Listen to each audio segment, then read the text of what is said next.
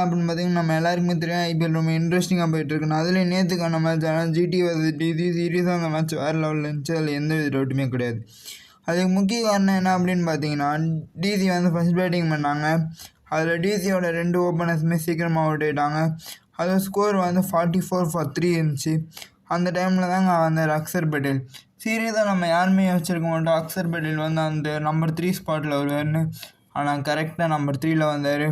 அதுக்கு முக்கிய காரணம் என்ன அப்படின்னு பார்த்தீங்கன்னா, இப்போ நிறைய பிளேயர்ஸ் கிட்ட எக்ஸ்பர்ட்ஸ் என்ன கேட்குறாங்கன்னா, உங்களுக்கு இந்த இம்பேக்ட் பிளேயர் ரூல் வந்து உங்களுக்கு பிடிச்சிருக்கா இல்லையான்னு கேட்டதுக்கு மோஸ்ட் ஆஃப் தி பிளேயர் கொடுக்குற பதில் என்ன அப்படின்னு பார்த்தீங்கன்னா, எங்களுக்கு இந்த இம்பேக்ட் பிளேயர் ரூல் பிடிக்கல.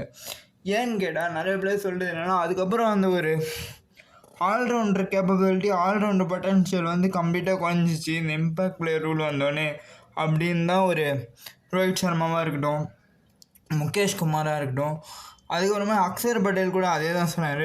அதனால அவரே வந்து இந்த ப்ரமோஷனை கேட்டு வாங்கி தாங்க டிசிக்கு டாப் ஆர்டரில் பேட்டிங் வந்திருக்காரு. எனக்கு கேட்டால் ரொம்ப சூப்பராக இருந்தாங்க நான் சொல்லுவேன். சீரியஸாக வேறு லெவல் ஷாட்ஸ் தான், நல்ல கேம் எடுத்துகிட்டு போனார்.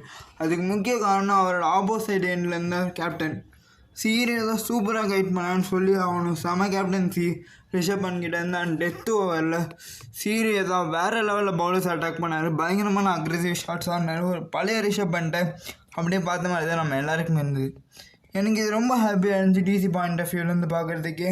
அதுக்கப்புறமா டிசி கொடுத்த டார்கெட் என்ன அப்படின்னு பார்த்தீங்கன்னா 224. இந்த டார்கெட் எப்போ ஜிடி வந்து சேஸ் பண்ண போகிறாங்க அப்படின்னு யோசிக்கும் போது ஜிடியோட ஓப்பனர்ஸ் சாஹா, சுபன் கில் வந்தாங்க. அதில் வந்து சுபன் கில் சீக்கிரமாக அவுட் ஆகிட்டார். அது டிசி பாயிண்ட் ஆஃப் வியூவில் பெரிய ட்ராபேக்னு சொல்லி ஆகணும். ஆனால் சாஹா ஒரு சூப்பராக ஆடினானுங்க.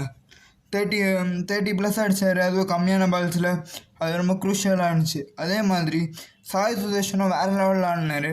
கடைசியில் வந்து டேவிட் மில்லர் ஒரு நிமிஷம் பயங்கரமாக ஆடினாங்க. செம்மையாக இருந்துச்சு, வேறு லெவலில் ஆடினார் டேவிட் மில்லரு. அதே மாதிரி ஜிடியும் சூப்பராக ஆடினாங்க. பட் அன்ஃபார்ச்சுனேட்லி 4 runs டிஃப்ரென்ஸில் தோற்றுட்டாங்க. இது என்ன தான் ஜிடி கொஞ்சம் வருத்தமாக இருந்தாலுமே இது ஒரு செம்ம மேட்ச், அதில் எந்த வித டவுட்டுமே கிடையாது. இதை பற்றி உங்கள் கருத்து என்ன ஓகேல கமெண்ட் பாக்ஸில் கமெண்ட் பண்ணுங்கள். இந்த வீடியோ பிடிச்சிருந்தால் லைக் பண்ணுங்கள், ஷேர் பண்ணுங்கள்.